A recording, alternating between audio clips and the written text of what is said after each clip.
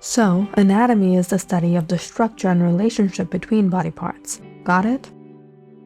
Got it, Mr. Matthews, but I was kind of having trouble understanding the chapter of physiology.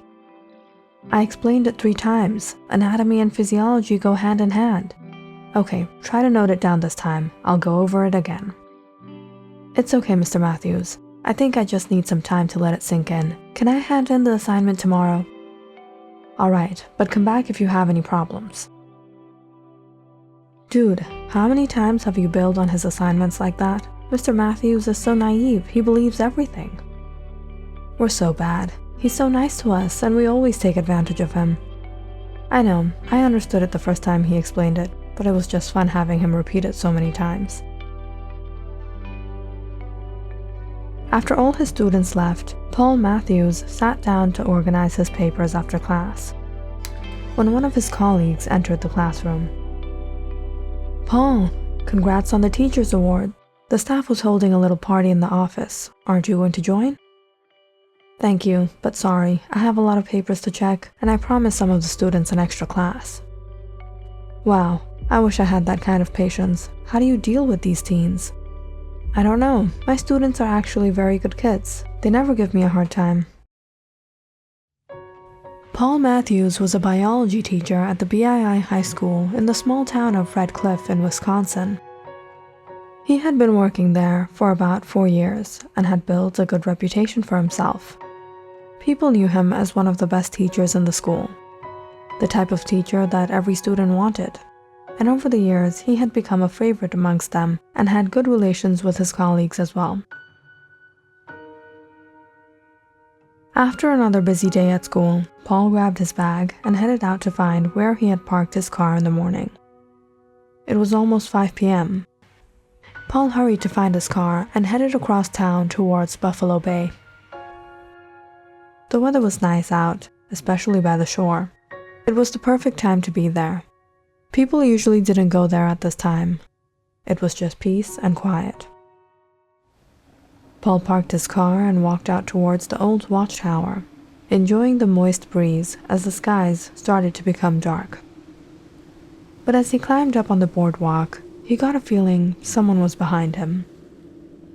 Suddenly hearing fast footsteps, he turned around and froze to a heavy hit on his head, barely able to see 2 masked young men before everything went black.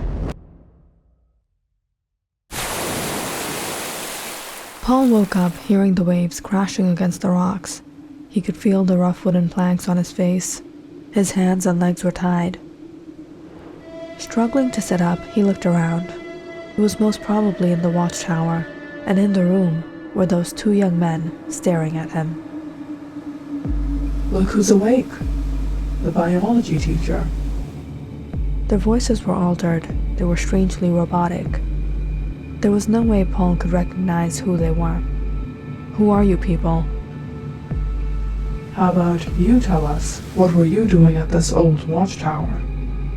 I always come here to spend some alone time. Why are you doing this? Let me go. I don't think so. We're going to have a lot of fun doing some biological experiments with the biology teacher. Paul started struggling to free his hands and legs. You will let me go. You're not going to get away with this. Calm down, Mr. Matthews. Don't get so excited already. I'm getting the camera ready. One of the guys brought out a camera while he tossed a pocket knife to the other. Hurry, get him ready.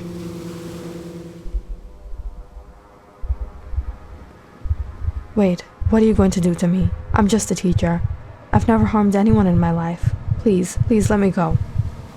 Stay still, Mr. Matthews. Why are you cutting my clothes? You're good at biology, but not with common sense, are you? You have to be in your birthday suit for this movie. Look, I don't know what you guys want, but I'm a respected teacher. I have a reputation. Please, don't do this to me. Paul laid there in shame, tied up, as the young man went to the corner of the room and brought back something in his hands and threw it in front of him on the floor. Paul was taken aback by its stench. What is this? This? It's good for your biology. The other young man lifted his camera towards Paul.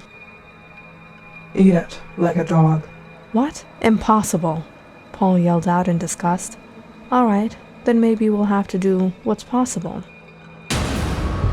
The young man took out a screwdriver. Unless you want this in your biological cavity, you'll do as we say. Paul widened his eyes in horror. Why are you doing this to me? Both the young men laughed out. We're just bad people. We like doing bad things to good people. Yep, we like having fun making these bad videos. Paul shook his head in fear. Please, how can you do this? Don't you have humanity? How can you be so sadistic? Well, you haven't seen the sadistic part yet. I think we'll have to charge this baby up. One of the young men brought out a car battery. We don't like people wasting our time now. If you're not going to star in our video, we might as well shock you. Or the screwdriver wasn't that bad either. Or maybe we can do both. We'll wire them up together in your biological cavity. Seeing the sparks from the car battery, Paul gave in.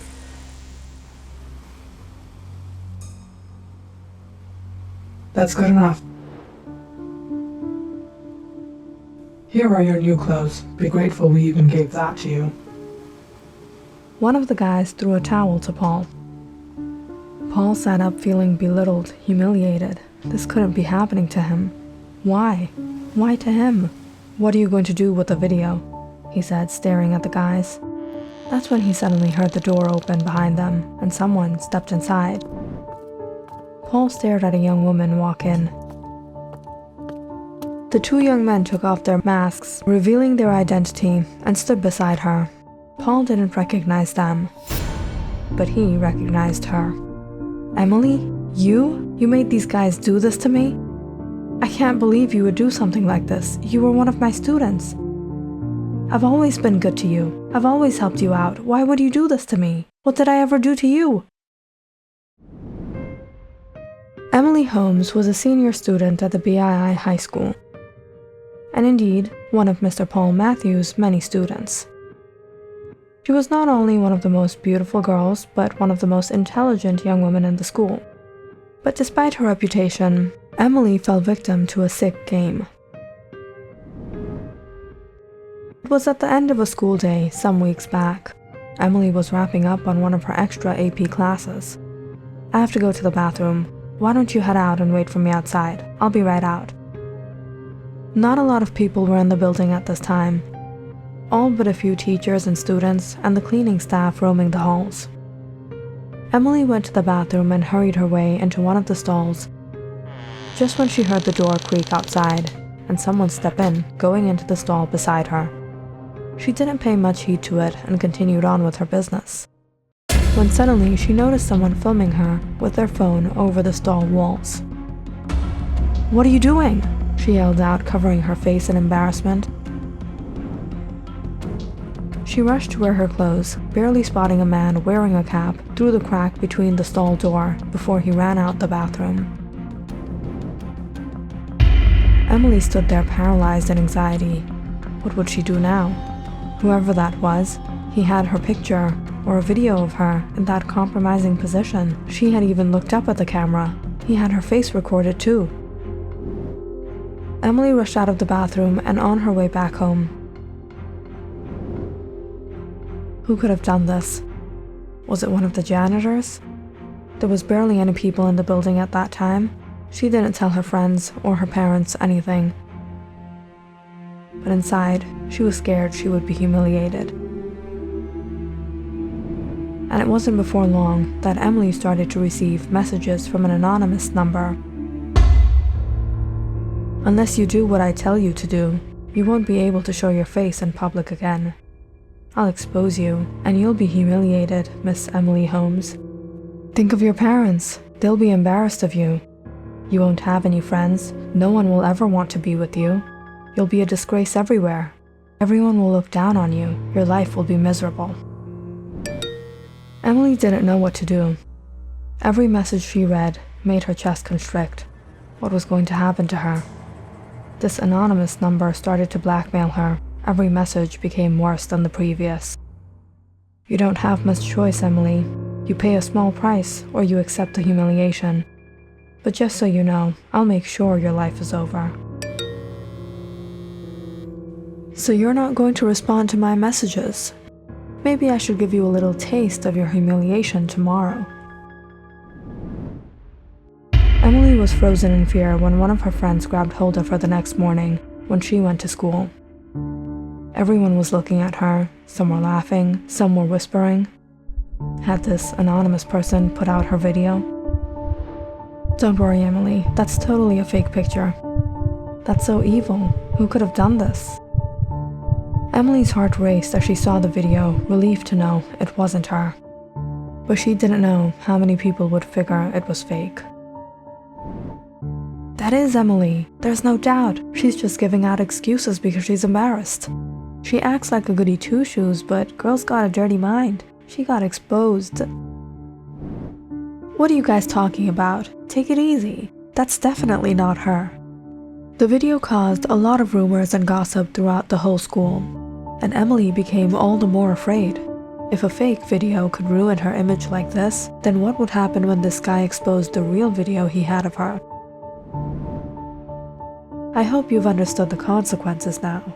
I'll be waiting to hear from you, or will you be waiting to see the next surprise?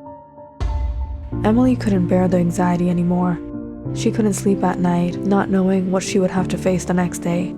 Things got to the point where she considered taking her own life, and it was as her last resort that she slipped out everything that happened to her boyfriend, Ethan. Ethan, what am I going to do? Why didn't you tell me earlier? Hold on. Don't get crazy ideas. Let me see what I can do. After Ethan read all the messages, he went to one of his friends, Leo. Leo was a STEM student, and he was great with technology. Perhaps he could help him out. Dude, some creep has been messaging my girlfriend from this anonymous number. Do you know if there's any way we can figure out who he is? Why don't you just block him? No man, I need to find out. It's not what you think. It's more than that. Emily is in big trouble. Ethan explained everything to Leo. Don't worry, man. We'll figure this out. I know someone who can help out. He's a hacker. So Leo took Ethan to this guy he knew, and fortunately, he was able to help them out. It took some time, but he was able to hack into the phone from which Emily was receiving the messages. Bingo, we got him. In fact, I even got into his online BII drive, and I not only found the video, but it was actually full of those kind of things. Is this the only copy? Well, from what it seems, he has been recording on his phone, and the data automatically downloads onto the BII drive, so I think this is the only copy. Ethan and Leo were surprised when they discovered who the account belonged to. Ethan then immediately called up Emily and let her know the next step to the plan. We found him. Now what you're going to do is send him a message saying you will do whatever he wants. He'll probably tell you to meet him somewhere, and then we'll take care of this pervert once and for all. Don't do this to me. I'll do what you want. Meet me at the old BII watchtower at 5 p.m.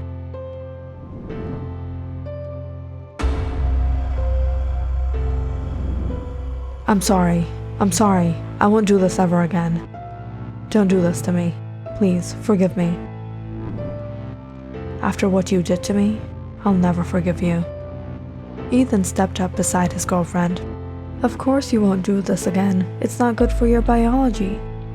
We cleared your BII drive, so you'll not only be able to blackmail her, but anyone else you had on your sick mind. And just in case you get any ideas, there's no point of going to the police. If we know how to hack into someone's phone, we also know how to put out this video of yours without exposing our identity. We're letting you go this time, Paul, but we're gonna keep an eye on you. You will leave teaching, and if you dare come near any kid again, we'll expose you. We'll destroy your career and your superficial good image. we won't let you show your face in public. Or do we need to give you a little taste first? No, please, I'll do what you say. Leo took Paul's car keys and threw it out the window into the waters. Oops, looks like you'll have to walk home in that towel, Mr. Matthews. Now that is good for your biology. Paul lay there struggling in ties, watching them leave. Wait, at least open my hands. I don't think so. Keep trying, you'll figure it out sooner or later.